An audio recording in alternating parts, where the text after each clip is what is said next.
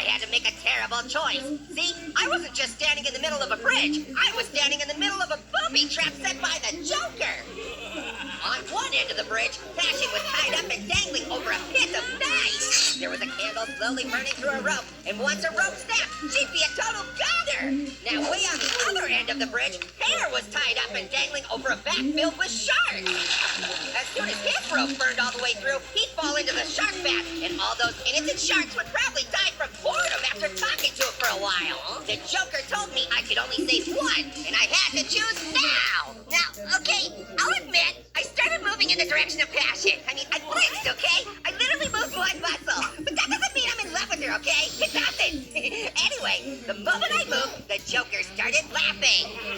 The holograms of Passion and Pear both vanished. Yeah, turns out they were both holograms this whole time. Then the Joker pushed a button and threw the bridge right out from under me. Instead, I totally fallen for it. And it turns out it was actually a pretty good pun, because without a bridge under me, I started falling. And I fell for a long time. And here's the worst part. I fell past a bunch of people I recognized, and they all made fun of me for being in love with Passion, which I'm not, by the way.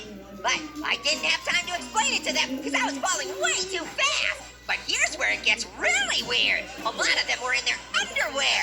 And that's when I looked down and realized I was in my underwear, which makes no sense, because the only time I ever wear underwear is when I'm dreaming. And that's when I realized I was in a nightmare.